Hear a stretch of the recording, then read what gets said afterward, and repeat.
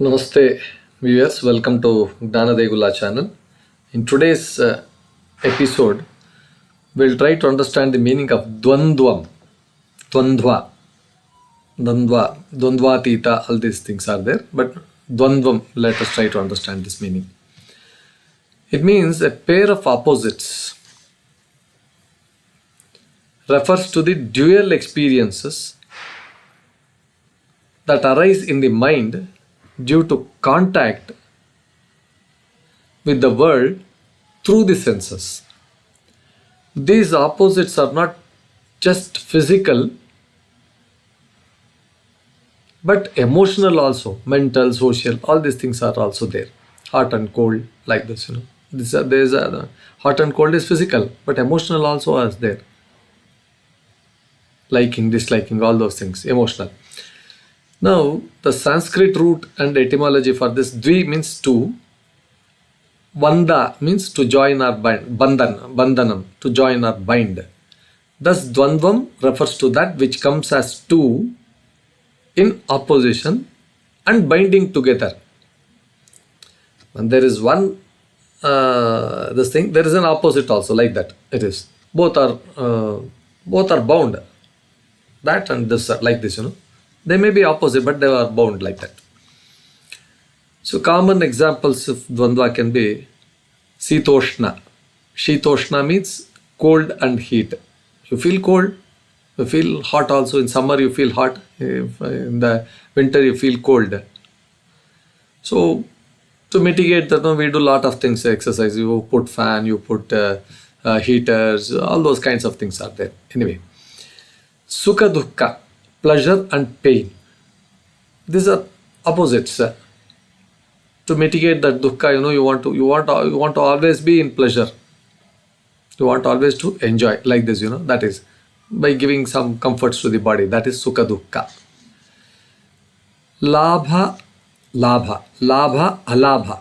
Lābha means gain. Lābha means profit. Lābha means this thing. Alābha means loss, or you are losing. You want always gaining. You want always to gain. You do not want to lose. That is lābha-alābha. They are pair of opposites.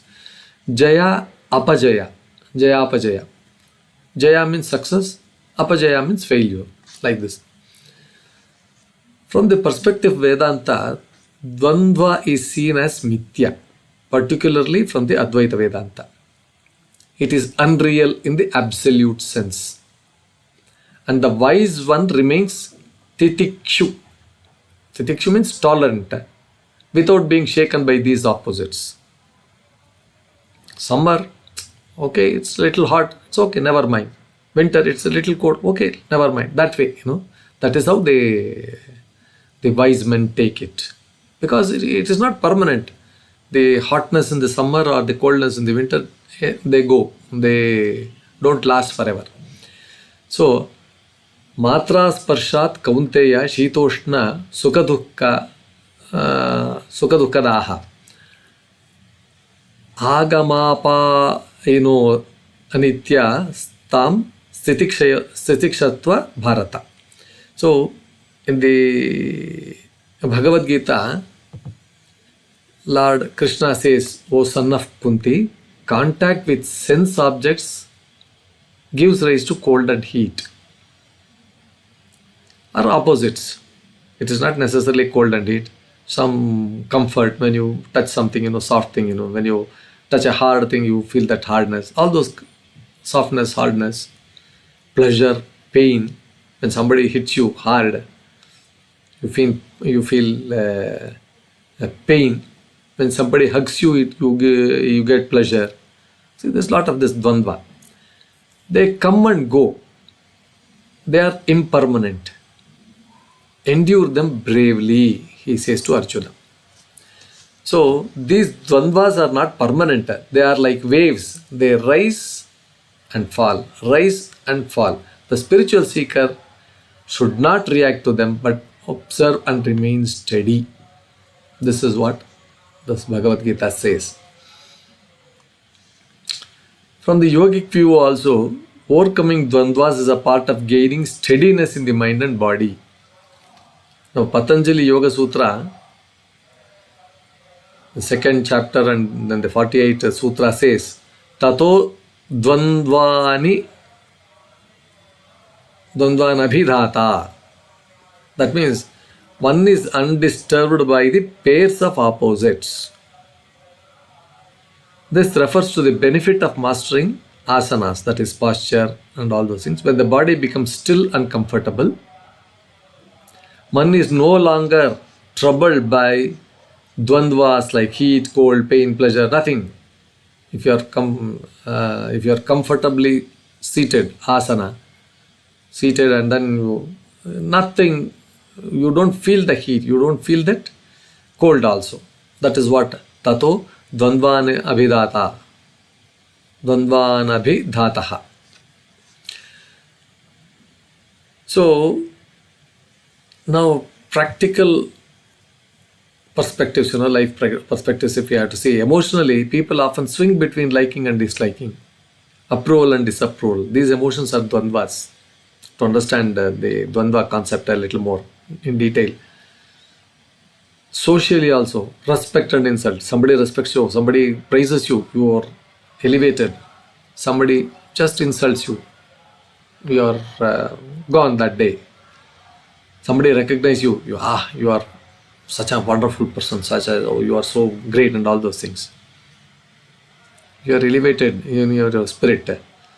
Somebody neglects you. These are all social dvandvas. That fellow, it's more useless. When you hear such kind of a comment, you feel very bad. These are social dvandvas. Recognition, neglect, respect, insult, like this. So spiritually, the wise transcend these dvandvas through viveka, discrimination, and titiksha, forbearance. Okay, he is praising me. Okay, he is condemning, no problem. Both are same.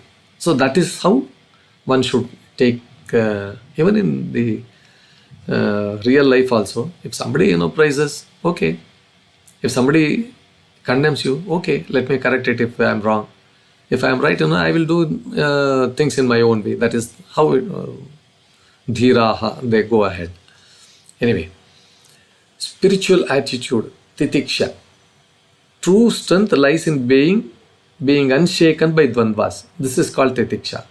No matter any kind of extremes, that side, this side, no leftist, no rightist, always right at the center. Endurance born of wisdom. So Viveka Chudamani also says, śītoṣṇa sukha-duḥkha adi sahishnutvam titiksha. They define, it defines titiksha. śītoṣṇa sukha-duḥkha adi sahishnutvam. Titiksha is the endurance of heat and cold, pleasure and pain, etc. This is the meaning there. So Dvandvam is, to conclude, Dvandvam is at the core of human experience. It's only when one rises above these pairs, rises above this Dvandvam, through understanding and inner strength, that peace is discovered. The aim is not to eliminate Dvandvas externally, you cannot eliminate them, but to grow inwardly. Keep them as they are, so we are no longer ruled by them. Yes, with this explanation on Dvandvam, we conclude this episode. Please like, share and then subscribe to our channel. Please post your comments in the comment box. Thank you.